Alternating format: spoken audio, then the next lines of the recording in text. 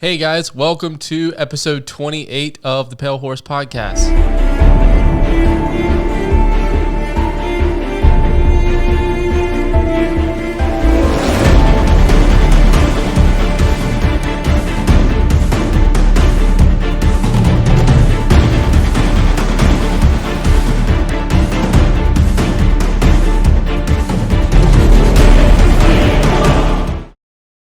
All right, so I'm here with my favorite Christian. Christian, if you will, introduce yourself to the guys. My name is Christian. I'm a law enforcement officer. I've been one for 8 years now. I've also been training with Ryan for about 4 years, and I've been on the instructor staff here at Apex for 2 years.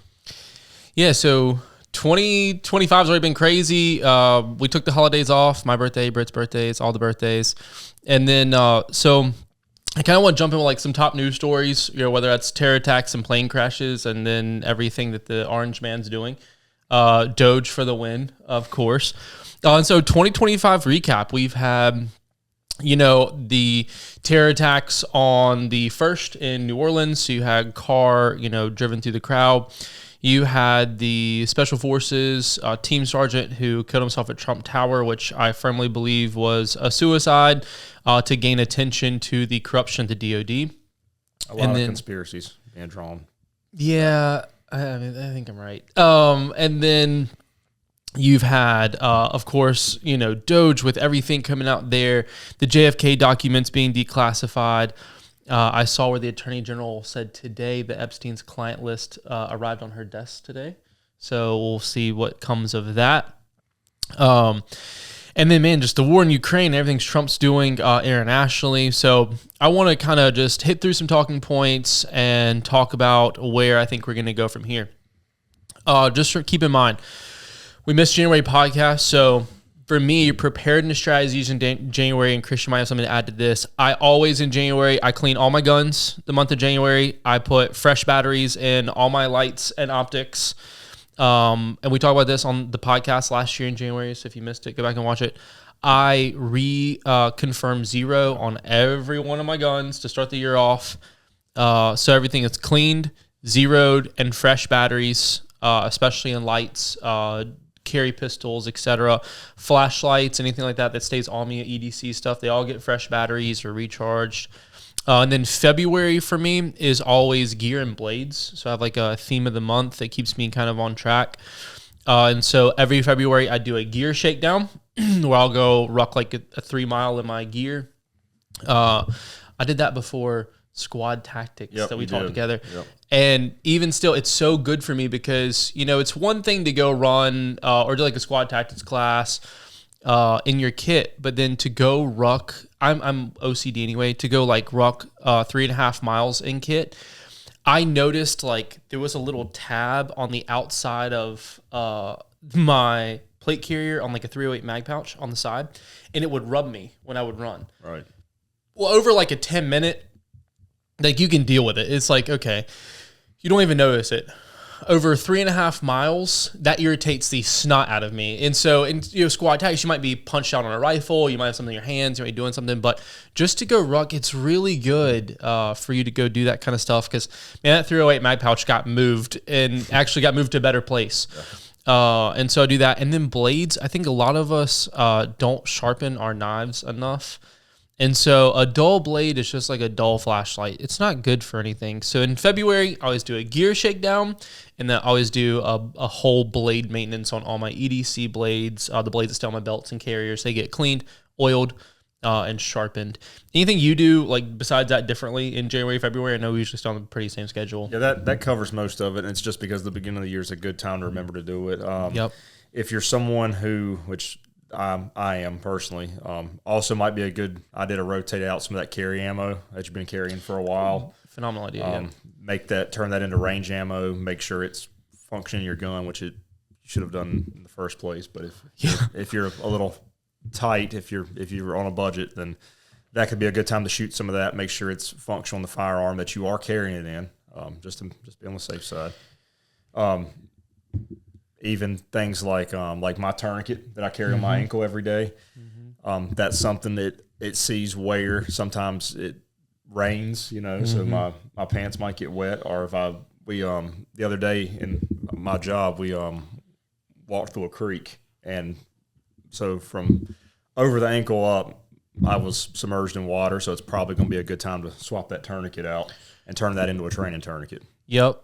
Christian brings up a good point. When I say zero, I also zero my 2 carry optics, and I zero those specifically with the carry ammo I'm going to carry. I see so many students come to classes and they zero in class with 115 full metal jacket, and then they carry, 147 grain defensive load. And while your zeros may not be off that much, it still is good to zero with the carry ammo that you're going to have, especially taking some of those 20 or 25 yard shots. Like if your law enforcement officer has to go qual, that's always really good too. Also, a gear shakedown. Christian brings up a good point. I always go through medical kits when I do my gear shakedowns in February. I check to make sure everything's still, the cell isn't busted open from crawling on it or sitting on it. Right. And then also, I do handgun holster screws and all of that stuff. I go through and I shake those down to make sure, my screws are still Loctited, everything's good. It's also when I take that paint marker and I stripe with a paint mark. Yep, my witness marks on my screws. So that happens every February. Guys, if you're behind on that, man, now's the time to get it done. Don't keep putting it off as far as that goes. I think 2025 is going to be a pretty sucky year. And I say that not to bring up fear, but I do think we're going to see a lot of changes and a lot going on. So now is that time to get prepared so you aren't that paranoid, right? I feel like I'm pretty squared away. Make it February this year and do it in January next year. Yep, exactly. It's one of those where anything worth doing is worth doing poorly. So just go ahead and do it. All right, so lots of things, right? You've got Trump and Elon in office, headlines right now. I am happy to see, I know kind of the world's up in arms about Elon. Is he a good guy? Is he a bad guy? Is he a James Bond villain? What's going on? Is he Hitler? All that's being compared. The corruption and the numbers coming out has been staggering. Have you looked at some of that? Yeah, and I'm drawing a blank on the country, but wasn't it something like it was $50 million in condoms? Yeah. Going to a certain country. Yep. Or vasectomies in African countries, and then when they did follow up on that, no patient was logged having a vasectomy. Where does that money go? I don't think we sent 50 million crates and crates, and I just don't think we did that. With all the money that has gone to Ukraine, there's some that has been unaccounted for. Did you see so he said something yesterday, as a matter of fact. They don't know if they can account for half. Really? That's the number. It's what Zelensky said, word for word, half. So I was sitting here going, you know what? If I hand Christian $100 and I said, here you go use this to buy the team lunch, and he comes back and he didn't give me $10 in change, I'm like, okay, maybe he just forgot about the $10 in change. Maybe he just whatever. When you don't have 50% of the funds, what that's telling me is you never expected for anyone to ever ask for that money. You never had any accountability of it. You were racketing it from the start. You never thought anyone would ever say, how much can you account for? It was a racket from the start when you just don't have 50%. Oh, exactly. But everybody else, make sure that you get that 1099 from PayPal. Yeah, exactly. If you spent more than, if you have over $500 of transactions. Yeah, exactly. And so that's one of those where, man, so much is going on. I fear for Trump right now. Me and some other guys on staff were talking. We were like, man, if he's still alive by July 4th, that's going to be a miracle in itself. I think there's a lot going against him. If you look at JFK. They've tried twice. They have tried twice. Why was JFK assassinated? Why was CIA in on it? Why was George H.W. Bush in on it? Then later he gets magically funded for a presidential election. But, whatever. It's all just because that gold standard. It's the, some people call it the global bank cabal or whatever you want to call it. But I do think that has a lot to go into it. With Trump now, the new thing this week is they want inspections of Fort Knox. Have you seen that? No, I haven't.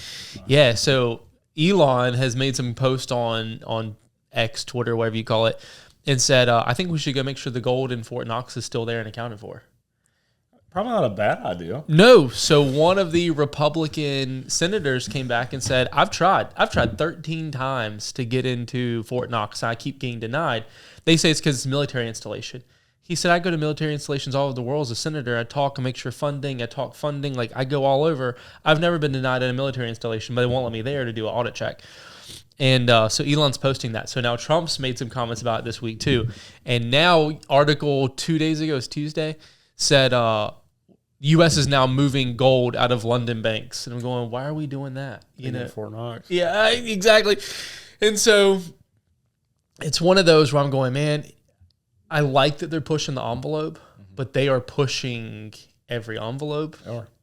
And I wonder, JFK did the same thing. That's why he was assassinated. And you either see two things happen. You see people step up to the plate if that happens, or you see people fall away. It's just like in law enforcement. If I shoot your point guy in the head, you got two options. You either drive through the room, or everyone goes, whoa, I don't want to get shot. We see everybody pull out, and we drag the dude out, and it's one of those. And 90% of the time, it's option two. That first guy goes in the room, he gets smoked. Think about when we teach CQB. How many guys run in the room after? Oh, and it's usually not many. It's like a whoa, let's go back, let's do angles, let's hard push back. It's a near ambush. Yeah. You have to push. 1 out of 10 times do we see a team run through the room. I mean, 1 out of 10. You would see that. I think if they end up, something happens to Trump, yeah, same thing they did JFK. JFK had great people, and you saw all of them go, nope, and they all pull back, just like the point man getting hit. And so I wonder, like, I think that Trump's putting good people in, but man, I always wonder about that as far as that goes. But y'all, look at the JFK files. They've been declassified. There's a lot of good ones. You have to dig for them. There's a lot of good ones. War in Ukraine's another one. It's shifting so much of warfare, but I don't see the Ukrainians winning this at all. Like, that's my final prediction for the year is I think we will see a end to the war in Ukraine. But I don't see Ukraine coming out a victor in this. I think the only way that they're going to have any type of remaining forces is by some type of armistice or ceasefire, and I think they're going to have to take the losing end here, and I don't see Zelensky doing that. You have Zelensky in the news this week trying to play Trump. You've got Marco Rubio sitting here going, we will not be played. Like, we will cut you off in a heartbeat. You've got Europe currently being distracted, so if y'all haven't looked at what's going on in Europe, you've got Norway, you've got Denmark, you've got some key players up in the northern part of Europe with that communications cable being tampered with and severed, and they found out China was listening in on communications. And then so, man, you have Norway and Denmark spending big money. You've got Germany helping out Denmark, and some of these countries, Sweden's going, man, we need to protect against China. That's taken away. It's passed another $7 billion funding bill. That's taking away from war in Ukraine assets and money. I see this shift of priorities where you've got mechanized units who are just keep throwing it at them against civilians, and it's near peer. But at the same time, I think if we would draw funding, and I think that we're going to, you have that near peer dissipate pretty quick just because we're keeping that pretty much occupied. And Zelensky clearly is not spending his money or resources appropriately if half of it's unaccounted for. Right. Yeah, he could have outfitted his guys much better. So you think the map would be redrawn once something's negotiated of what's actually considered the country of Ukraine? Yep. I think it'll go back. I don't think it'll be anything close to pre-Crimea at all, is my opinion, as far as that goes. But like I said, that's just my opinion. I think China's going to be a key player this year. I think Taiwan's going to be a key player this year. I think with all these plane crashes, everyone has their conspiracy theory, of course, as to why all these planes are crashing. I think some people blame DEI and some people blame all kinds of things. At the end of the day, all these planes colliding, I do think that there have been significant blips in GPS coordinating. Now, whether that's on purpose or just satellite, I think that some guys are making a big deal about it because it's in the news. Anything in the news gets hot and heavy, then every little thing matters. I mean, there's planes that crash all the time on local airstrips or runways, and it's never in the news, but right now it's the hot topic. So when it's in the forefront of everybody, of course, the news cycles rotate through it. Yeah. I don't think it's because Trump got rid of FAA people. He didn't. I don't think it's DEI. I do think we need to watch GPS a little bit closer. We do know that China's been playing with some GPS, and they own most of it. I mean, China owns, it's in the 90% of GPS satellites and the majority of telecommunications. And so when we see those fail, then we do have to question, okay, is it error? And I think that's very plausible. You had, some of these airline companies are running on servers that I wouldn't have, like they're so outdated, where they just don't invest in new servers because it would take time, take things offline, and that's money. But I am skeptical, how much of that is then foreign interference where we're starting to push back against China. And I think that there's some smoke and mirrors at play where they're going, okay, we can mess with this, so to just back off a little. Their economy is completely being destabilized. I truly think that unless China makes big moves, they will not continue to be a superpower in the next 40 years. That's my opinion. I would even say hesitantly 25 years. And so they're going to have to do something just like Imperial Japan did in World War II. And so they're going to have to make big moves within, and I think it'll be within the next 5 just because of who the president is and how much longer he has in office. But yeah, I mean, they're not going to be a superpower. They have erased themselves and their productivity where they're going to have so many people that are retirement age or are not able to work. Their economy will not be able to sustain unless they do something. So that's also interesting. And so there's just lots of things here where we've got threats on the horizon. I think the biggest one for 2025 is going to be terrorism. And I know I don't watch podcasts, but I know Sean Ryan. Have you watched any of the Sean Ryan podcasts on those? That's been the big talking classes. I haven't watched them, guys. I'm going to be really honest. I actually have nothing against the dude. I think the dude's great. I love what he does. When I'm usually watching pieces at a time. Yeah. So I think that he's wonderful. Don't be wrong. I just don't have time to watch him. I don't watch any podcasts or anything. I don't even rewatch these. So maybe, I hope they're good. Britt does a great job. But I do think terrorism is going to be the big thing. And this is not from, anything. I don't know what's been said, but it's just from guys that I talk to and matrices that I look at. And terrorism was my thing for quite a few years, so it's something I have a lot of expertise in and still do some consulting in. And so for terrorism, we do have a lot of confirmed terror cells in the United States. We're estimating 1,000 to 1,400 fighters have come through the border that are in the United States, including pockets in western North Carolina, pockets at the coast of North Carolina, local to us. And I know FBI is trying to get these guys pretty well. I know we just FBI, I want to say the U.S. government did a couple raids on some cells. They picked up a couple of individuals this week. They picked up a couple of individuals last week. And so as of this week when we're filming, in the last 2 weeks, we picked up quite a few. And they're linking to 1 or 2 at a time. The problem is, all of these cells are acting completely independent of each other, and they're not talking. So they're not affiliated with each other? Well, yes and no. They don't know who each other is. It would be like we sent 1,000 students out and said, we'll talk to you at some point, just be ready. And so it's no different. So they are affiliated, but they're not coordinating with each other? Yep. There's no tracer ties from cell to cell. Gotcha. So if you bust one that has 2 guys, you're not getting any information. You're not getting any information where other ones may be. Okay. We see this happening right now in Afghanistan. And so terror in Afghanistan has picked up dramatically. They're not using any communications equipment. They are only talking via courier. So that is human to human. No way to get signal intelligence. It is human intelligence only. Well, that's smart. Absolutely. Yeah, 100%. Just because I think October 7th, they used their ace in the hole for communication. Everyone always said, well, we should have seen October 7th come in, blah, blah, blah, blah, blah. But, I mean, they were talking on Grindr. As a terrorism guy, the one app I'm not looking at monitoring because that should offend them, right, is Grindr. And so we laugh, but that was a genius move.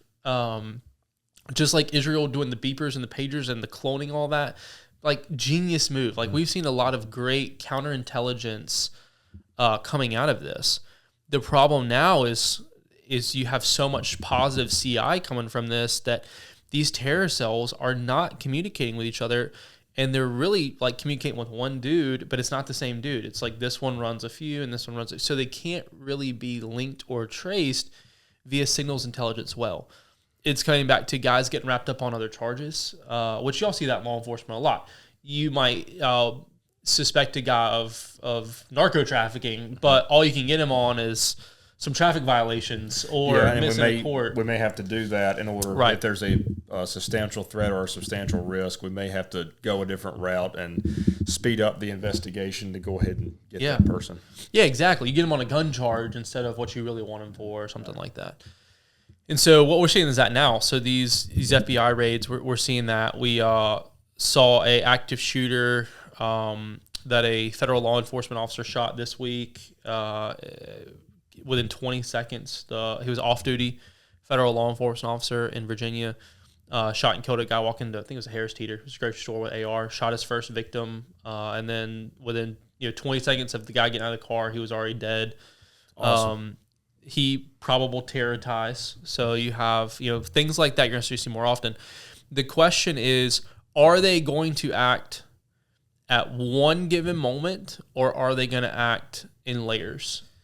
Well, from what you've said so far, it doesn't sound like it's going to be one given moment. I agree. But that's what a lot of people are waiting for, is maybe something like an October 7th. Exactly. Here in the United States. I don't think you're going to see it. If you're not, and it really does surprise me as well to hear you say that they're not finding any other information. So once they do these raids and they're looking in drawers or filing cabinets or books, wherever, usually something's always kept. And that's odd that they're not finding, or on phones or computers, like messages, they're not finding anything. It's very, very strange. And if they do, it's incriminating them, but not incriminating anybody else. So, I mean, I think it's interesting. You've seen terrorism really adapt to the digital age, which is what we don't want to see, of course. But you've seen that happen. And so I think, as far as a big October 7th happen, I don't see it. I think you're going to see layered. I think you're going to see cells. And also, I have to say, you have ISIS and Al-Qaeda, who both have operatives in the United States. Well, their strategies are different. Their targets are going to be different. Al-Qaeda always wants recruitment. And so it's global power through perception. And so they're going to go after large icons. They're going to go after things like Statue of Liberty, the Twin Towers. Right. You have ISIS, on the other hand, that really just wants death. That's all they care about. They would go after elementary school. And so my problem is, if you've got an ISIS wave, it's going to be soft targets who just hurt people. What were the Boston Marathon bombers? What were their affiliation? They were Chechen. But I mean, as far as their ideology, they were just radical. Yeah, they were just radical jihadis. Okay. Yeah, because that was more of a. I mean, it's like a big event for the area. Yeah. But when that happened, it gained national news. I personally hadn't heard of it until that event. They had started with old Al Qaeda videos, is how that originally happened. But yeah, so I think that you're going to see them not necessarily operate together. And it's been through the border. I mean, I know that the FBI is doing a pretty good job of tracking some suspected, but you've got Iran sneaking things in. You've got Iran equipping them in the United States. I think that you're going to see 2025 have a heightened state of terror. We also are already looking at a heightened state for active shooters, but it's because of political unrest, financial unrest, and social unrest. Anytime you have those three combinations, you're going to see active shooters increase. I do think as things stabilize, you'll see those decrease a lot more. They picked up last year, but think about the financial unrest, the social unrest, and the political unrest of last year. So we did see an increase in active shooter events last year. But I think you'll start to see those dissipate. I just worry about terrorism for sure. And if you look at even October 7th, they had pushed that off over a year. They had planned that for a year prior and just didn't have anything. Like, they're patient. They're like China. The modern day Muslim does not mind playing the long game. And we are not that way. Look at the withdrawal. Oh, I know. That was the my long gosh. game. That was definitely the long game. 100%. They went right back into power. And Took them a day. Exactly.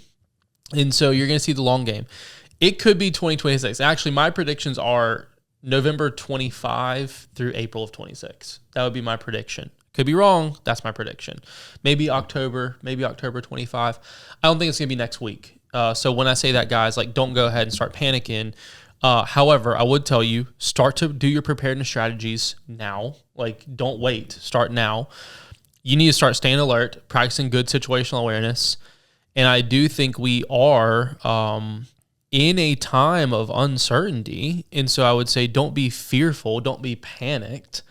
But I don't think that things coming up are going to be as predictable as we think they are. And that's my favorite word. As a control freak who has trust issues, admittedly, I love predictable. Like, I'm very, Christian knows this because he's worked with me long enough. Christian, what was it you said earlier? I have control issues. Is that what you said before we ate LSU? I've said it many times. Yeah. It takes a lot. You reminded me earlier, not 30 minutes ago. He said, I think Ryan just likes to be in control. Pretty sure you said that.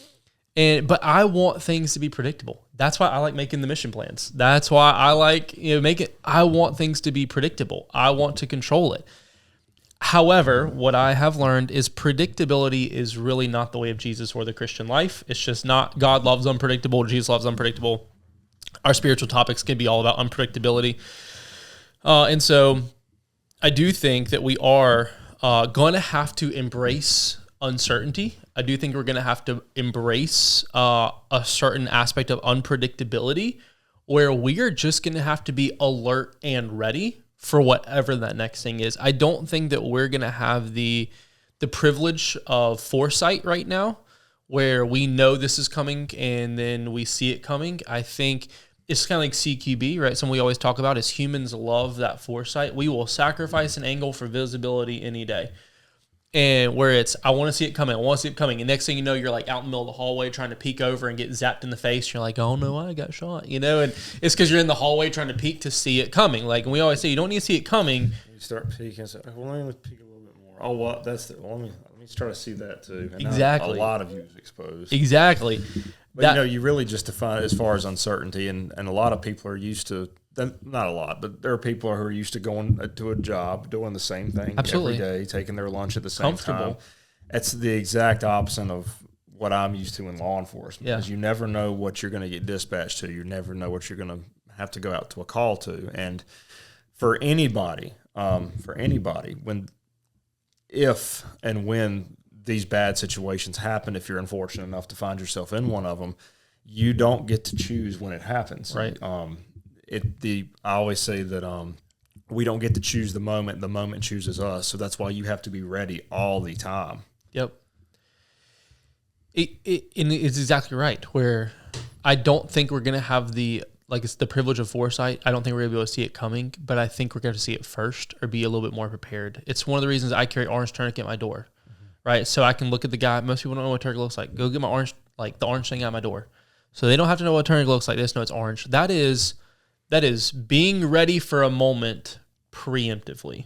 And I think that's what we're going to have to focus on coming up, guys. When you're thinking about classes, when you're thinking about purchases, I think when you think about physical fitness, I mean, I know Christian started hitting the gym hard. I've started, but being able just to pick up and run, I think is going to be important.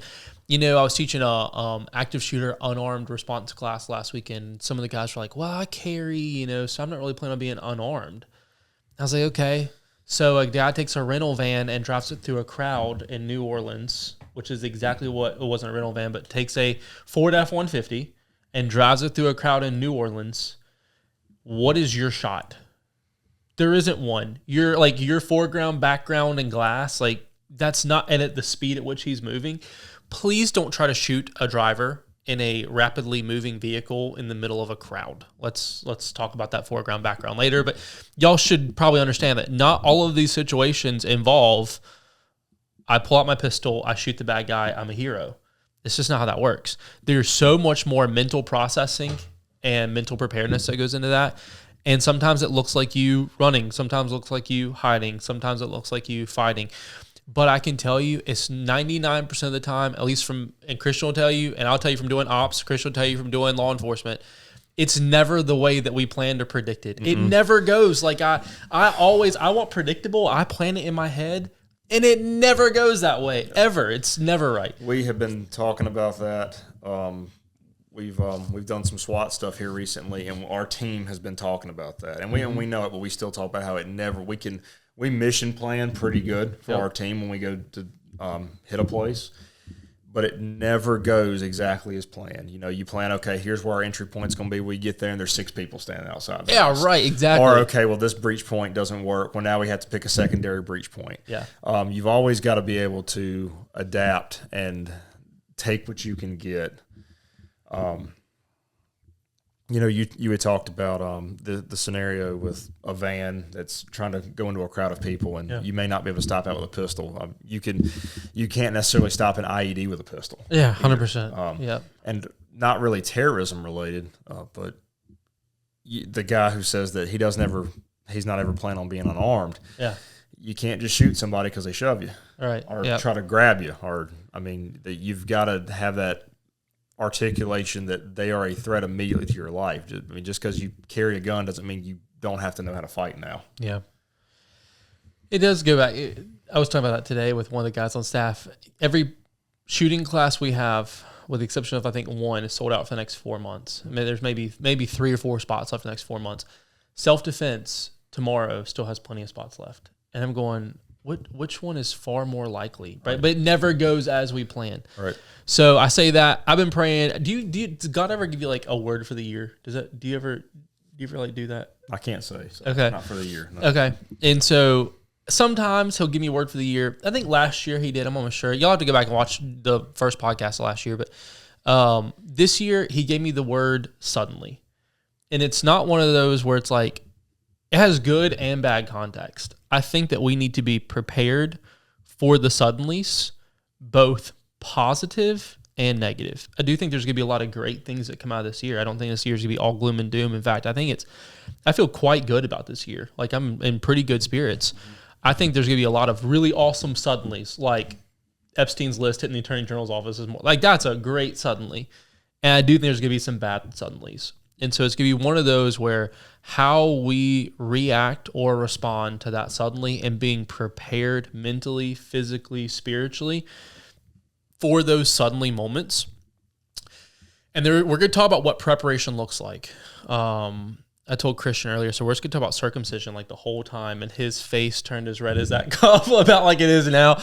Hey, that's a preparation thing for our suddenlies, you know? And so we're going to talk about that. I think we're going to have to embrace some uncertainty. The two things spiritually has been prayer and fasting for me has been pretty firm this year about getting more into prayer. I think that prayer precedes those suddenly moments.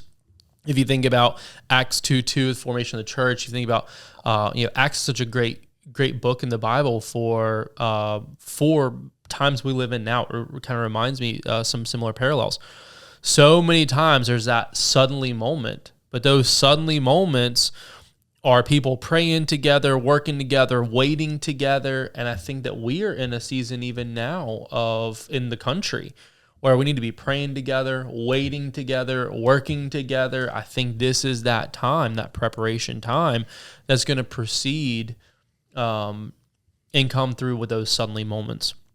And then fasting, I think, is another one. Again, mentioned so many times in the New Testament and Old Testament. I think that fasting, it's for us, should be a deeper hunger spiritually. I don't think we should be fasting for something, but I do think we should be fasting in relation to just a deeper hunger, a deeper killing of the flesh, a deeper relationship that's going to help sustain us through those suddenly moments. So, guys, post in the comment section what questions you have for this year. Post your thoughts on the plane crashes. Post your thoughts on terrorism. If you guys have an opinion, post your thoughts on questions for preparedness strategies. That would be a good one too. And then I would love to have like a really good discussion, a follow-up discussion maybe for the next podcast. A follow-up discussion on what that looks like. I think Sean's going to be on the next one talking about financial coming up for 2026, which will be a good one. So let's talk spiritual topic. And so how does all of this, and I'm going to tie these together, how does all of what we just talked about for 2026 tie into a spiritual topic. And I want to talk about a couple different things. I want to talk about fear and that fear of the unknown, because I certainly have it a lot of times. That's why I usually am more control freaky. Christian said earlier that right before we were fixing our plates to eat, he said, yeah, that's why Ryan says that, yeah, you can make the plan. He said about mid-plan, he said, Ryan's back there. Start hearing a bunch of hard sighs and some. You look at his face. I don't know. Do we really want to do that? And like, hey, do you want to do this? And or am I going to? Yeah, that's me. Hi. Nice to meet you. And so I have to think back and go, there does take such a high level of trust. And I trust Christian, right? I mean, like, that's one of those things. I trust all the guys on my team, and I do, and I say that. And honestly, I should trust you more. And I don't, because there is that control. I trust you. There's that control. Sure, I do. There's that control aspect, right? Where I have to think, but then I do remind myself, I think, man, think about all the great decisions Christian has made and how much I trust him. It doesn't take long to think about it. Yeah, in 5 seconds, I'm done. No, but I go, man, like Christian has, and I go back to even our last training op that we were doing. You let us ride in, your point man, let us ride in. Like, I couldn't have chose a better route, and I was back in the back handling, like, some recon stuff and talking, and so I was like, Christian was on his own up there leading us in, and, perfect terrain feature placement, perfect everything, and we finally got up to, like, the ORP, and I was like, dang, he did a really good job. It's one of those moments where I'm going, I need to trust him way more. Like, see, like, I can relax, and I could. And then other guys on the team, I just don't have that trust yet. But I have to look back. That's something that comes. And that's through training and experience that trust gets there. Yep. But I think it goes back to, like, even looking back to God and saying, look at how much you've brought us through. And so what we're going to talk about is a couple of things in Joshua 5. We're going to get there in a second. Where we see parts of worry, right? And I think we need to worship over worry, where we see parts of things that they got to shake out their kit. Like, they got stuff that needs to go. I think it's easy to focus on absence in the midst of abundance. And I think many of us are pretty abundant in things, especially like guns and gear. And I still find myself, I won't tell you how many plate carriers I own, and I've slimmed down a lot, or how many war belts I have kitted out. But I'm still like, man, I kind of want that new gear. I kind of want that rather than, and I see students do this, rather than getting one kit just perfect, which is what guys, Global War on Terror, Global War on Terror, like, that's what they would do. If you like the agency guys, like, they had their Kevlar, Safari Land 3A, and they put a plate insert with their H harness, and like they didn't change kits all the time, and they didn't. Their belt was their belt, and I bet you the same belt you wore in Iraq in 2007 is the same belt you will wear now. Whereas modern day units are always changing stuff. It's always, getting new kits. And so I think there is part of that. And then we never do learn our equipment. And you heard me tell those guys, I think it was Advanced Rifle when we were working CQB. Okay. And I explained they really struggled with it. For some of them, it was their first time doing it, and most people do, especially as a team. Yeah. And I told those guys, I said, it's a whole lot to think about. Yeah. It's a lot to think about. The last thing you need to be thinking about in a situation like that is, I wonder where my hold is on this scope, or I wonder where my offset is on this red dot since I put this new Hydra mount on there. Or that stuff was a big one in that class. That stuff needs to be squared away long ahead of time, and once it works, leave it alone. There was a student, I haven't seen him in a bit, but he would always come with, every time you saw him, he had something brand new something rifle, new, a new rifle, a new optic. Yeah, they came out with the Gen 2. He'll be here next week, by the way. And I like the guy. Absolutely. I want to say he's squared away, but he's not because he's always changing stuff. Nothing's ever zeroed. Ever. Nothing's ever zeroed. He's always learning. Just changed something. He just changed it. I know. And as soon as I get, if I am getting a new rifle to get a capability, and it's usually because I've gotten rid of something and I've found, okay, this might fit my needs better. Man, I'm looking to set that thing up as quick as possible, get it zeroed. I'm not I'm not experimenting with a bunch of different things. Once it is down and it is solid, then that's it. And now let's focus on what we're actually training for. Yep, exactly. So I think it's part of it. But that goes back to the way that we view things. So much of what we're going to talk about tonight spiritually is perspective. Where I think about Psalm 91, where it talks about, the shadow. And so it talks about shadows. And so it's talk about, usually we think shadows, we think bad things. But in Psalm 91, talk about, God, his shadow is our protection. It's different. And I thought to myself, when they were praying for a shadow in the desert, like that's life or death, where that shadow we think is something bad. But then if it's a cloud in the desert, that's a good thing. I think about camo and recon. How often do we say depression, chaos, and shadows? All the time. Well, how often do we use depression, chaos, and shadows as something positive? That's my typical Friday night. Right. It's not. But in those cases, that is life or death. Like those, and so it goes back to the battlefields, right, of our minds. And I think more often it's the battlefield of our heart. And I think our mind tries to make put pieces together, and then our heart is then robbed of peace. And so the different, P-I-P, A or E-I. And so I think that so often it's battlefields versus gardens, and we always are focused on like gates and keeping things out. But when even scripture says, talk about guarding our hearts and gates, that actually is talk about what's flowing out, not what's coming in. And so we're going to look at an example in scripture of a town that was so focused on what was coming in that they never paid attention or protected what was going out. And that what was going out, it was far more important. It's our perspective, right? And so we'll talk about God's promises in this. You're going to hear this a lot about the promise, and we'll use that word promise a lot. What I am learning more often, there is a process to the promise. It's perspective. So there is that process. But I'm also learning, and I'll even say there is protection and provision along the way to that process to the promise. We said that, and I think it was episode 23. There is protection, provision laid out in Exodus 23, and little by little, I will give you, the promised land. And that is a process moment where he says, but if I give it to you now, you won't be able to handle it. If I take out the enemies now, the beast will overrun it. And we're sitting here going, what in the world? We want this promise. We want this, but there is a process. There's protection and provision if we do what God says. And that's a big one there. There's an obedience factor to that.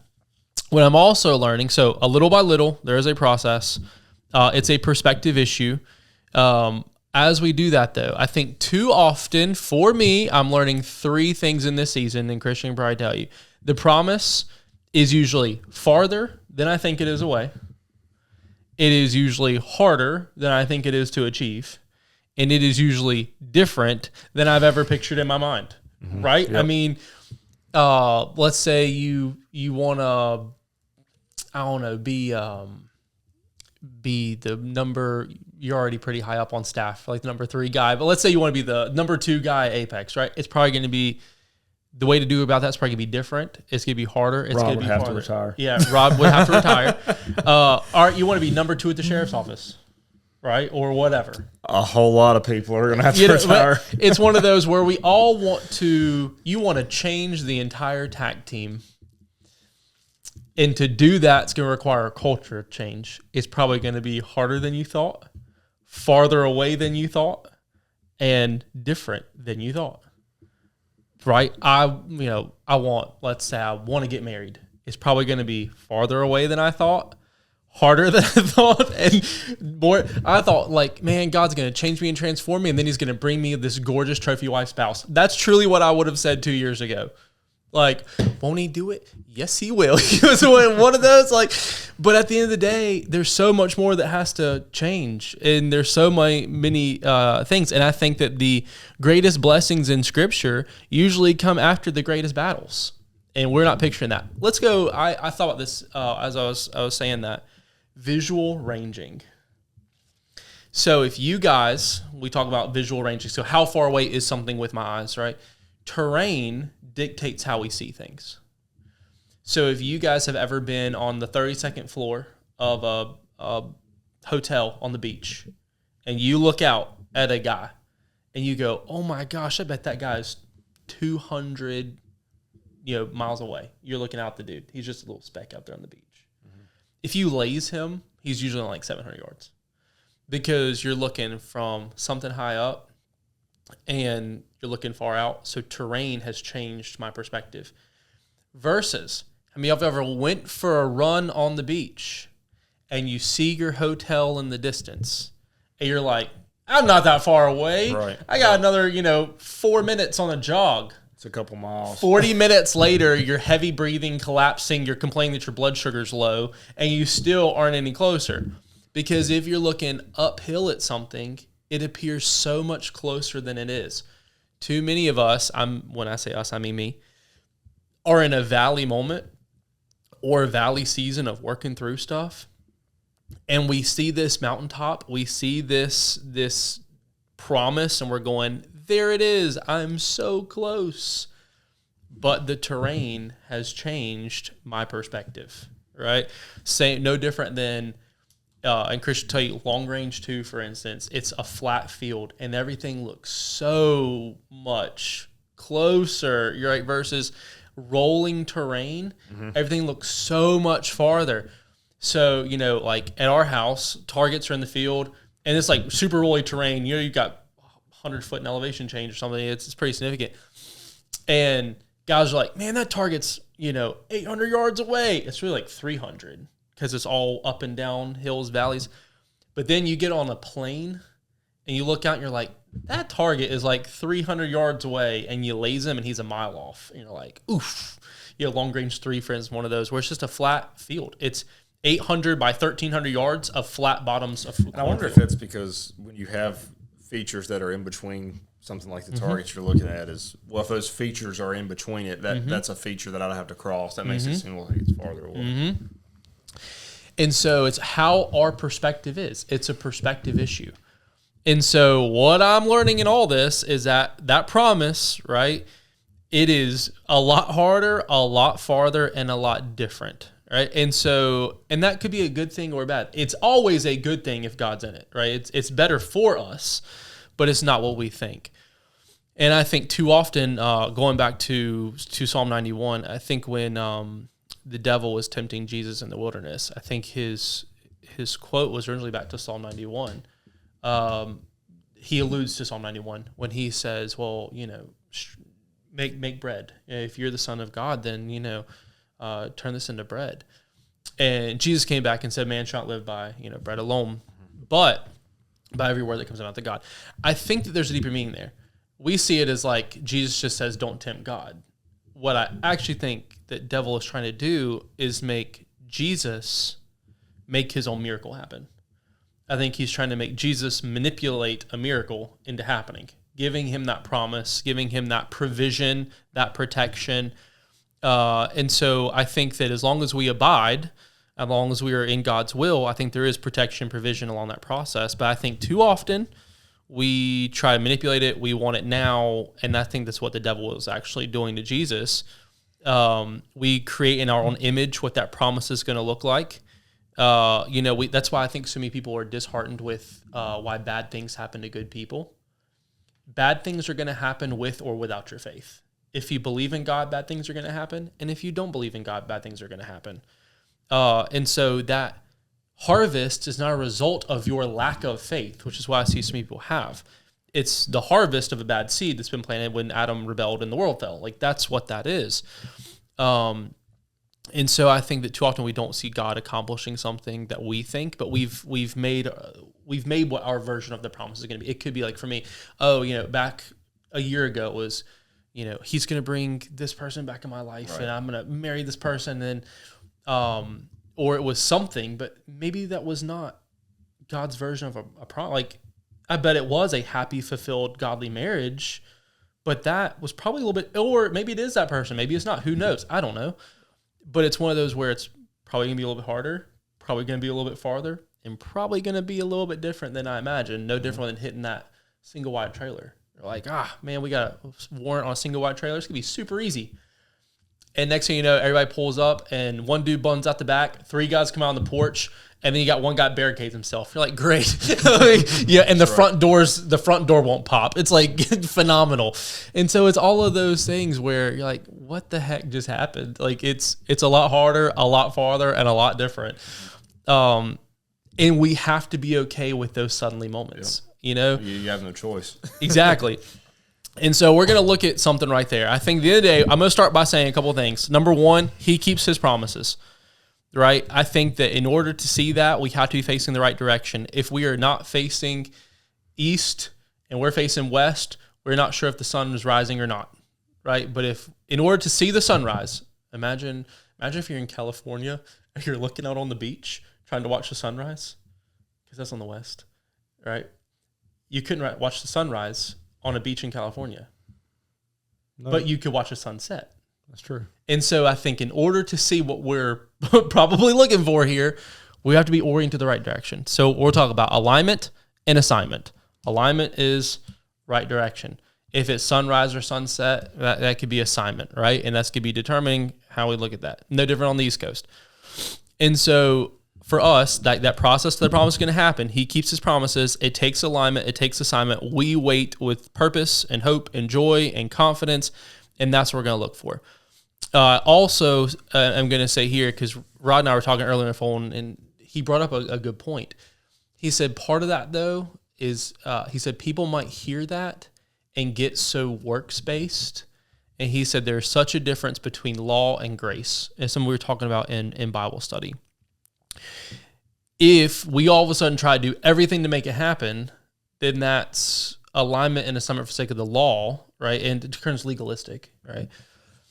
And it's not grace. It's salvation then through works, or I get my promise through works, or that actually would have been what Jesus would have done if he gave into Satan and made the rock his bread. It would have been him working to manipulate and try to fulfill that himself. And so if you even think about salvation comes, right, if you go back to Scripture, by faith through grace, right, so that no man may boast. And so if you even think about that, there's a faith and grace aspect. And I think too many people get grace and mercy confused. Grace is getting something you don't deserve. Mercy is not getting something you don't deserve. And so I think so many people don't try to sin so they don't get punished. That's a mercy aspect. What Scripture says is by grace. We have to have faith. Faith comes first. Mm-hmm. By us believing it, then God, through his grace, makes it a reality, something that we can never do on our own. So we're going to look at a story here in a second of something that could have never happened on their own, that God had to do it. We think we do have a part to this. There is still a process. I think when... if you think about it, when Jesus said to the man, your sins are forgiven, pick up your mat. When he says to the man, stretch out your hand.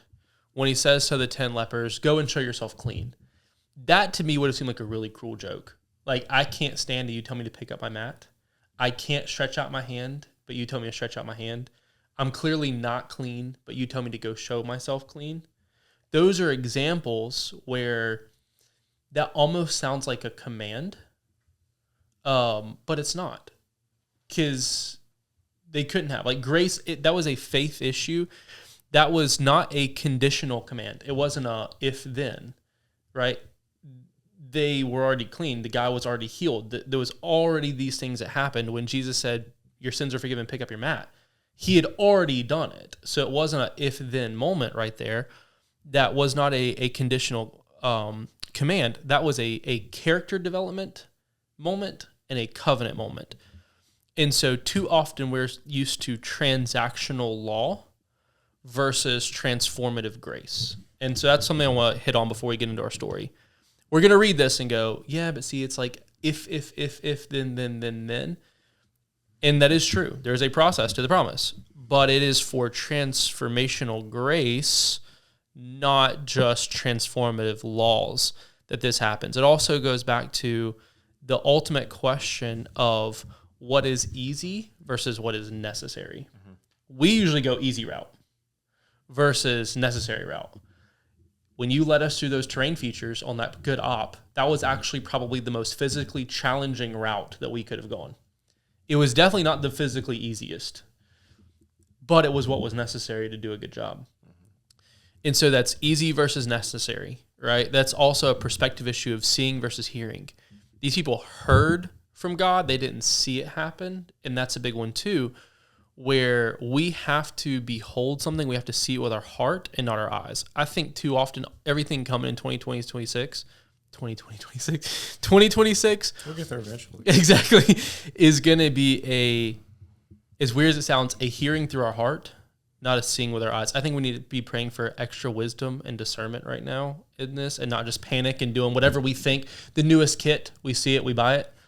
I think it needs to be a thing. So God, last year about this time, he was dealing with me on something. He said, you need to behold it. And I was like, God, what does that mean? There's a podcast episode on this.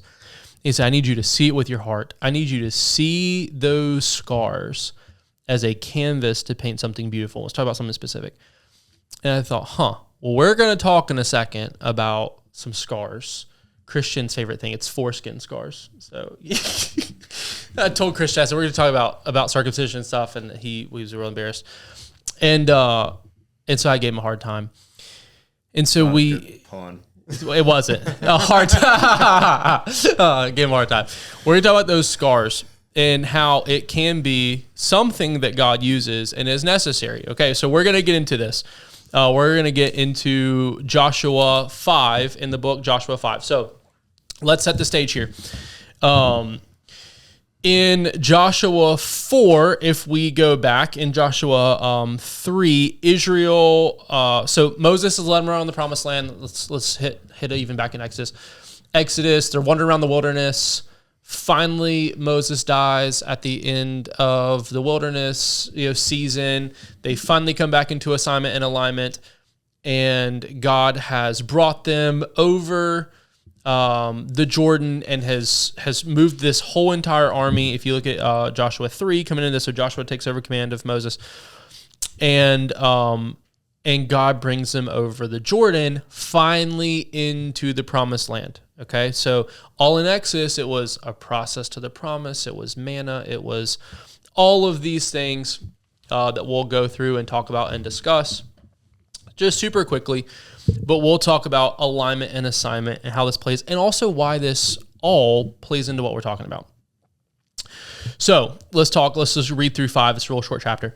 It says, as soon as the kings of the Amorites who are beyond the Jordan to the west, and all the kings of the Canaanites who were by the sea, heard that the Lord had dried up the waters of the Jordan, and the people had crossed over, their hearts were melted, and there was no longer any spirit in them because of the people of Israel. If you go back to the original translation, it really dictates there was no courage. God drained the courage out of them, the confidence out of them. Christian and I talk all the time about confidence levels in combat. Why confidence levels are so key. In fact, half of the warfare I feel like we wage is fighting confidence levels, both our own increasing and enemy decreasing, right? And so if you think about confidence levels as we apply them in warfare, if the enemy is confident, it's a higher likelihood of attack, a longer probability of duration, a higher probability of mass violence, and more decisive. As the enemy confidence is weakened and ours is boldened, we stay in the fight longer, we stay in the fight harder, we stay in the fight mentally engaged, and the enemy doesn't. Right? Yeah, our sheriff actually has a good quote for that, and it's that we want to make them feel like they do not have a chance. I love that. Exactly. That's a really hard thing to do, to make your enemy feel that way, right? You have to surprise, speed, balance of action. There has to be something, right? There's a battle there so God does that for them, right? If I told you, Christian, enemy's confidence is zapped, our confidence is going to go skyrocket, right? Especially after God just brought us out of all this. And so when our confidence skyrockets, we usually are quicker to fight, quicker to stay engaged, right? And so if I know my enemy's down, let's go. You're now the Joshua, military commander. You're in charge of the team. And I said, hey, our morale's high, enemy morale's low. Your response is going to be hit them. Yeah. Yeah, right? It's go. Like, it's go time. So at that time, the Lord said to Joshua, make flint knives and circumcise the sons of Israel a second time. So Joshua made flint knives and circumcised the sorts of Israel at Gilbeth Harloth, which later then kind of becomes Gilgal. But and this is the reason why Joshua circumcised all the males on the way after they had come out of Egypt. Though all the people who came out of Egypt had been circumcised, yet the people who were born on the way in the wilderness had not, right, since they had come out of Egypt, had not been circumcised. For the people of Israel walked 40 years in the wilderness until the nation, the men of war who came out of Egypt, perished because they did not obey the voice of the Lord. And the Lord swore to them that he would not let them see the land that the Lord had sworn to their fathers, the land flowing milk and honey. So it was their children whom he had raised up in their place that Joshua circumcised, for they were uncircumcised because they had not been circumcised on the way. He had to make that knife in the wilderness. Flint, which is not sharp. We're thinking like obsidian glass. No, it's not. If you look at the flint in that area, it is not sharp. So when the circumcising of the whole nation was finished, they remained in the places of the camp until they had healed. And the Lord said to Joshua, today I have rolled away the reproach of Egypt from you. And the name of this place was called Gilgal on this day. So a couple things. We're going to go hit a house. You ready? Mm-hmm. Like, we're at the door. And all of a sudden I say, pause. I want the entire team to pull out their blades and cut off their big toe. How much sense would that make as a military leader? You're going to cripple not just your A team. You're going to cripple your entire army at the base of Jericho. You're probably not going to be the leader anymore. So I look at the whole thing about, okay, make this make sense. They are at Jericho, right?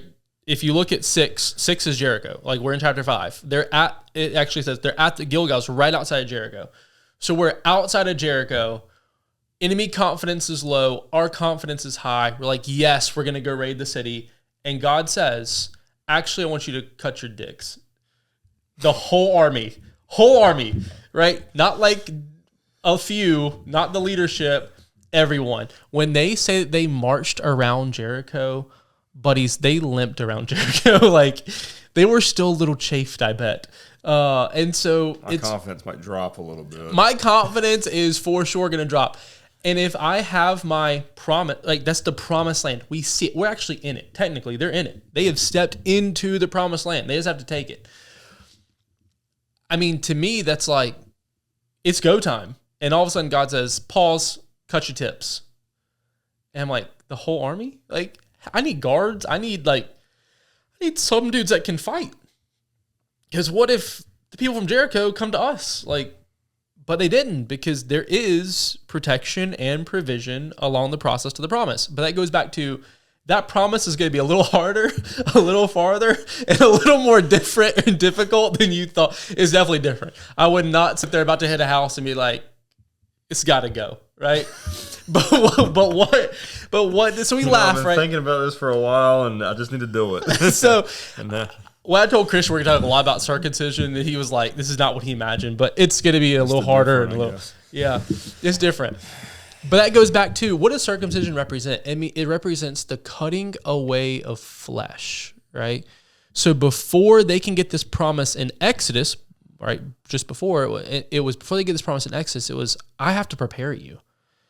And God says, I need you to circumcise yourselves out of Egypt in the wilderness, and then I need you to celebrate Passover. Those are like the 2 commands he gives when they enter into the wilderness season.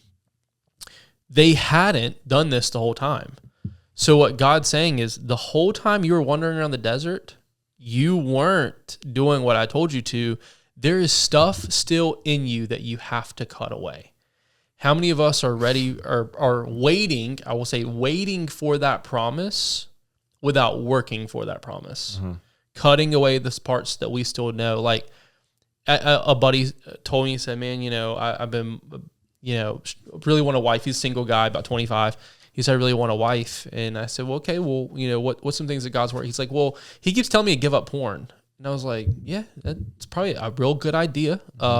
In this waiting season, this might be one of those things where there's still some flesh and some things that you got to cut out to get ready, to get back into alignment. So that's an alignment issue, right? We'll keep using alignment and assignment. Then it says, while the people in Israel were camped at Gilgal, which actually means, fun fact for you, the hill of foreskins. Oh, it doesn't. Means the hill of foreskins. I'm not making this up. I guess that does make sense because that's where they did it. So they That's made right. the word. 100%. That's why it meant that. That's the Gilbeth Haroth, which was Gilgal. To this day. So hill of foreskins. Here we are. We're at the hill of foreskins. I told everyone's go visit. yeah. They kept the Passover on the 14th day of the month in the evening on the plains of Jericho. So where are they? They're on the plains of Jericho. Plains, flat places. Again, we just said, when you're in a flat place, everything looks a lot closer. Like if it's flat land, everything looks closer. It's closer, but it's actually farther. And that hill Jericho would have been an elevated position. So that makes it look farther, but actually farther, but it's closer, right? And so there's this trade-off here where it's like I'm looking at it going, it's so close, but it's so far, but it's so far, but it's so close. Yeah, I think the pier, I'm just gonna walk to the pier at the beach. That's a good analogy. Gosh, yeah, exactly. And so it's one of those. And the day after the Passover, so this is so important. On the day after, so they're still getting manna this whole time. The day after Passover, I love how it wasn't the day before, the day of, etc. On that very day, and that's a suddenly moment, they ate of the produce of the land, unleavened cakes and patched grain, and the manna ceased the day after they ate the produce of the land. So there's your protection. No one's attacking. And then here we're going to celebrate Passover. That's alignment and now assignment. God says you have to do this. Now there is provision, protection and provision, alignment and assignment. What they have done is they have come back into covenant with God. That's what they've done.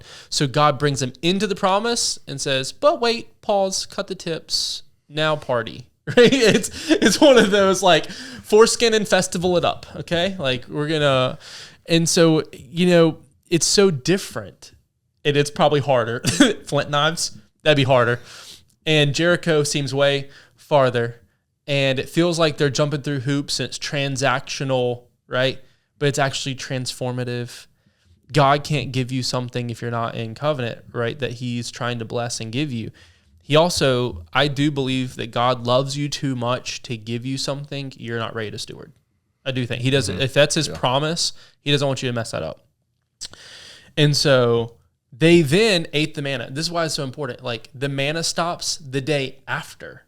They get to eat off Canaan the day after. They actually get to taste and see that the land is good.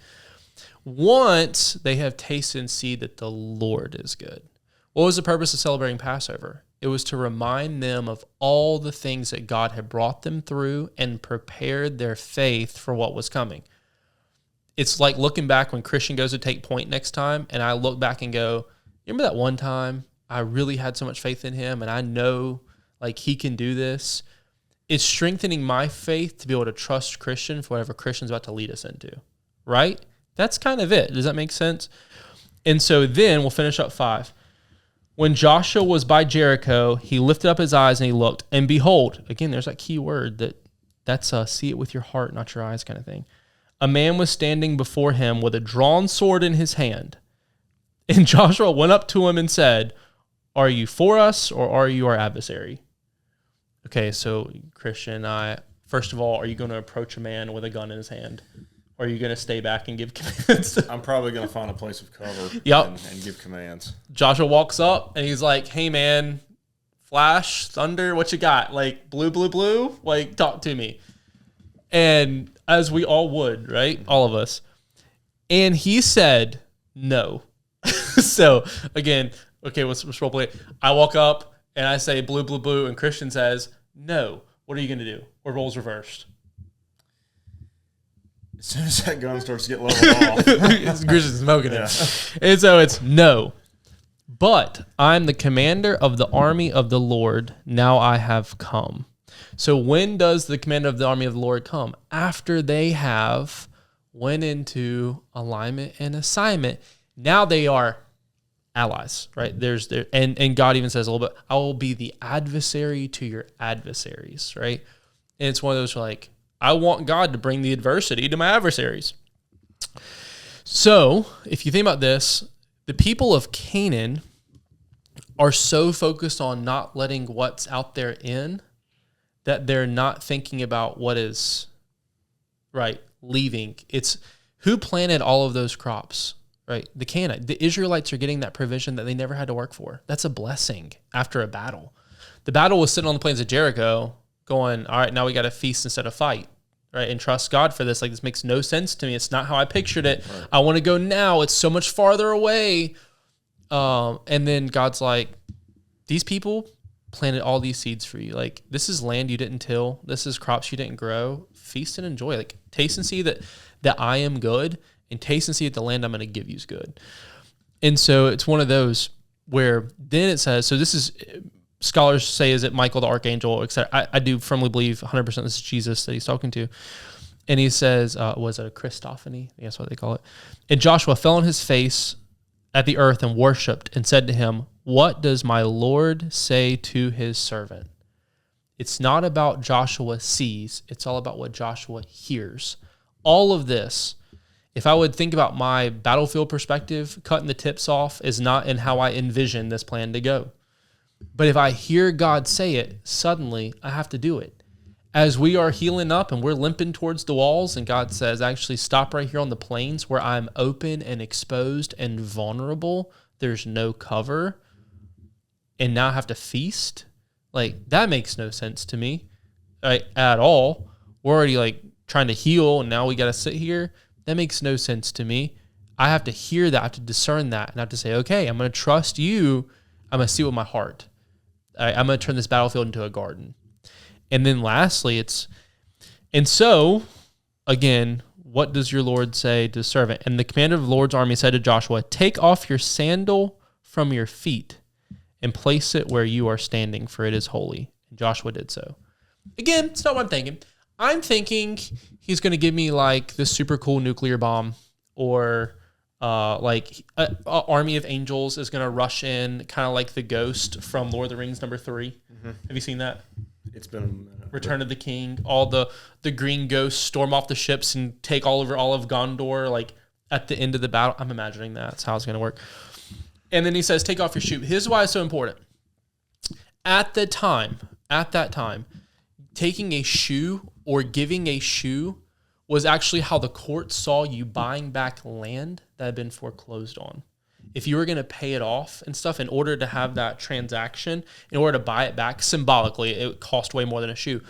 But you would have to have the man's shoe to be like, yes, he's going to go. It was like a promise. It was like a signing of a piece of paper. Yes, it's foreclosing. I will buy it back. I will, et cetera. I will have the money. You know, that kind of thing. I'll pay the price for it. You would give the man a shoe. What Jesus says here is, give me your shoe. What he's saying is, when Joshua says, what do I need to do? Jesus says, give me your shoe. Like, what? That's not what, but Jesus is saying, you're now ready to purchase your promise. Chapter 6, that's how chapter 5 ends. Chapter 6 is the fall of Jericho. So they have to march 7 times, have to do all those things. Again, we're going to hit this house. You're going to hit a drug trailer, and all of a sudden your sheriff says, actually just walk 7 times around it 7 times, and they'll all come out to you and with their hands on their head. You'd probably be like, perimeter? Like, no, that doesn't make sense. Yeah. But what is, like, again, God knows, like, he has a process to this promise. And what it is it's not transactional. It's transformative. They had to go all this to get back under alignment and assignment. God wants covenant. And we can look at covenant beautifully or horrifically. I'm sure in your line of work, you either see people who think that marriage vows are something so beautiful, and then you look at the old ball and chain, right? It's either a positive or a negative. And we have to look at this and go, like, this is all about transformation. And God wants covenant with us. That's promise. That's eternal promise. Like that land was a covenant contract. Well, you do have to meet conditions of a contract. Like, and God's trying to say, I told you a long time ago, like, you got to be circumcised and you got to celebrate Passover. So God can't violate his own word. Before he can truly give us that, right, we have to quiet our mind in that chaos, listen to what he's saying, trust and obey. So I got notes. I'm going to see what I missed. But it is alignment and assignment for the sake of that, where I don't think that God being our ally is automatic. How many times do you hear like, God is for you, God is for you? And maybe, I think what Jesus is saying here, the reason he says no, what I think is so beautiful, friend or foe, his response is no. What I think he's saying is, I heard another pastor say this, God is saying, I'm not for you or against you. I'm not on your side or their side. You have to get on my side. That's why he says the commander of the Lord's army is here now. Like, does that make sense? He may also just not be supportive of what you're doing in that moment. Yeah, well. Exactly. Yep. Yeah. Where it's like, I'm not on your team or the Canaanites team. Like, y'all have to get on my team. And we're going to do it my way. Like, that's how it is, because his way is right. And so, because I also think if I was like, God's on my side, we're storming the gates. And he's like, no, you got to get on my side, and then we're going to do it this way. And I think that alliedship that requires that alignment, I think that looks different a lot of times. Like we said, looks different than we think it's going to. They had so many opportunities to mess this up, and they were faithful and trusting and obedient. But it requires that covenant. I think, what did David yell to Goliath? You uncircumcised Philistine, right? It's like one of those where it's like, they would have been seen as the enemy. They would have been seen, you look like the enemy. You are carrying around flesh and all kinds of stuff and not in God's covenant, not in alignment, not in assignment. You look like the bad guy, and so as they limped around the walls of Jericho, they looked a little different. They probably felt a little different too, but lighter maybe. But it's one of those, like, they were marked at that point as an enemy of the Canaanites. And so it was also one of those, like, it's a value proposition. It's a trust proposition. Do I cripple my entire army? Does the army value, like, what's the tip worth? Like, what's the cost? And I think it does. And I think that these covenants always come with a cost. I think living in covenant with God, just like living in a marriage, being in a covenant marriage, there is a cost to it, and you can see that cost as something beautiful. I think that loyalty and monogamy and all that, and no matter what, that person's there through the ups and downs, I think that is something phenomenal. 21-year-old Ryan would have been like, that's all, like, I gotta be with that? Like, yeah, pass. This all looks so more alluring. And that's it, and forever, yeah. I might get bored. Yeah, absolutely. But the cutting away was so important. Also, like, we'll go a little more PG-13. The tip, like, they're cutting away the source of the seed. And I think that the seed is so important, where they're trusting in God's strategy, but they're also changing the source of the seed some. And so I think that God's saying, you can't compromise this covenant. You can't be out of covenant. Like, I love you too much to give you what you're going to squander. And so there is a first things first there. And I think that's important. I think we say that a lot. So I also think, there is such a right away, a suddenly moment in all of these where God's like, all right, suddenly, I need to do this. Suddenly, I need you to celebrate Passover. You're on the plains of Jericho. You see it.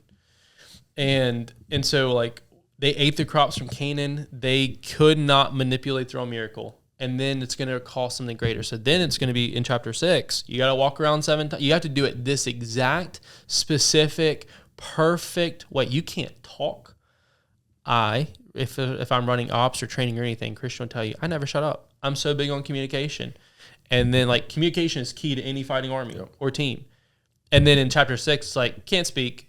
It's like, wait a second. What do you mean we can't speak? Like, what? And so there's so many things that defies all human head logic, but we have to behold it with our heart and say, God knows better. It's a garden, not a battlefield. I have to just practice on growing roots and not fruit. And it is that little by little process to the promise. I wonder how many people would have remained content eating the manna in the wilderness or on the banks of Jericho and not the meat and missed that miracle. They wouldn't have weighed the cost worthy, or they would have done it their own way. That probably would have been me. But yeah. And so again, alignment, assignment, we won't pay the price, right? Too often. We never mature past the manna. We never get into the covenant that Canaan requires. And so, he had said, all those people were not in covenant. They died in the wilderness. I promised them something, I promised them the promised land, but they were disobedient. And so they never got to see the promised land. And that's so unfortunate. And that also goes to show like all the stuff that we refuse to do. Let's go circumcision here. All that flesh that we refuse to cut away and the cost that we refuse to pay. Our generations are going to have to do that. And so what God's saying is like on the plains of Jericho, like, is it going to be your generation? Because those other generations, like, they failed. And so they perished in the wilderness. At some point, your generations are going to have to pay that price to reestablish that covenant. I know you got, I got nephews, like, I'd rather me go to war than them. I'd rather it fall on me than fall on them. But they were outside that covenant, weighing them down. And so I just don't think that he can do that. I think it's going to require a fast, which is circumcision or cutting away something. It's going to require a feast, which was that covenant moment where you celebrate him and his goodness. And then he will lead you to the great thing.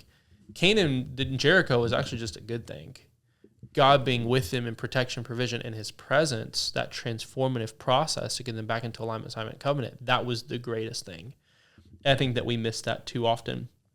Anyway, Jacob had left that promised land, and Joshua finally got to buy it back, where he had the spiritual authority and the legal authority by God because he was under covenant to take back what was lost, but what was promised to him. I wonder how many things the devil steals, kills, and destroys that maybe 255 years from now is finally bought back with a price. And we know that Jesus paid that ultimate price, and then we refuse to pay so little. But I think in order for us to conquer and move on, we do need alignment, we do need assignment. And so that comes back to, how are we changed? It's actually through grace, not mercy. It's not that God spared them from something. It's God gave them something that they never would have done or could have done on their own. That's the beauty of Jericho, right? It was 7 times around, didn't have to fight the battle. I think that too often we're stuck on like trying to strive to make that promise happen when the gospel is so contrary, because change really happens inside out. If you look at most modern, think about changes on your TAC team or changes on students or changes on the team or in us, we're so focused on outside in behaviors before the heart issue. But the gospel really does show over and over and over again, changes inside out. It's not transactional, it's transformative. And so he's changing them on the inside to be able to ascertain and steward the covenant so a blueberry bush, like I say that in the last in a drought a couple of podcasts ago, if it continues to grow up and out and just focus on fruit and never grow roots, when that drought hits and that suddenly happens, the blueberry bush dries up and dies no matter how tall and big it gets. It has to be focused on abiding in God and Jesus in those roots. Solid foundation. Before striving for everything else. And so I think that's why fasting and prayer is going to be so important this year, guys. This is going to be the season to cut things off and to cut things out. I think it's going to be the time to do what is necessary versus easy. And I think it's time to do the thing that he's been asking us to do not so we get something. It's not transactional, but so we finally get in covenant with him. It's transformative. And then seek ye first the kingdom, and all things will be added. I think that those roots, right, are going to be the most important thing. And that's truly how we change. We change, right? He came and changed us through grace. He's coming again for mercy. And I think that's how that works. And so my big takeaway this year has been Paul finishes his letters, as I finish this podcast, Paul finishes his letters with the word Maranatha, which means come Lord Jesus. That's how Paul finishes most of his letters. And too often I find myself not praying that because I'm like, wait a second, but I want to get married first. I want to have kids first. I want to do this, I want to grow the business. And then when I've hit 80 and lived a nice, fulfilled life, then got it. Are you ever that way? Oh yeah. Okay. Yeah. There's always more you're striving to do and more that you want to do. Exactly. And I think right now, to prepare us for those suddenly moments, to prepare us for Jericho, for all that, it's one of those where those are such peripheral things. They're good things, but it's not the greatest thing. And I think the only way we're going to be able to steward our Jericho or our future marriage, and I was thinking, I want to get married first, or I wanted this first. I was convicted because I thought, I should be so lovesick for him or homesick for him or so desiring him that I shouldn't care if I'm married or not. It should be like, no, that is my greatest desire. That is my greatest heart's longing, my greatest miracle, my greatest blessing, covenant, whatever it is, promise. That's the greatest is even though I want to get married, it should be, oh, come Lord Jesus now, should be a stronger desire than anything peripheral. And I can't say that it is or always is. But that's really what I'm working on right now is that as much as I am wanting love or longing for that or lovesick for like I said, it would have been the ex to come, who it is, come back, lovesick for it. It should be so much more lovesick for him. And I think that truly is the best heart posture to prepare us. That is the posture, heart posture. Like I said earlier, it's seeing it with your heart. It's beholding it. It's a heart issue. That's the heart posture we need to have the right perspective. From the right perspective, so there's our roots. From the right perspective, we then have and can see and discern the right process. And then from the right process, we eventually get the promise.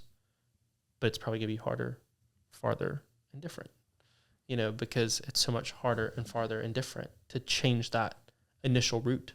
Mm-hmm. It's harder to grow roots in thick soil and clay than it is to grow out and up. Or when there's something old that's mm-hmm. already been established. Mm-hmm. It's true. Mm-hmm. It's true. But anyway, all right, all that to say, that's where I'm at. Anything you want to add or any thoughts on? I just word vomited for a while. Anything you want to add to that? No, that's okay. It's usually your closing monologue. Mm-hmm. What you like to do. Mm-hmm, that's true. No, I appreciate you having me on. Guys, just remember to get out there and train. Come see us. Come take a class with us. Something that me and Ryan have talked about is sometimes you don't know what you don't know. And what we mean by that is there may be something you don't know of that's even out there that you can get better at. So definitely come check us out and train with us. Yeah. Even if you think it might not be something you need to learn or you already know, it doesn't hurt to get a different perspective on it, Because, that battle might be a little harder, a little farther, a little different than you think. So, all right, guys. Thanks for tuning in with us, episode 28. Christian, thanks for being here. And, we'll see you on the line.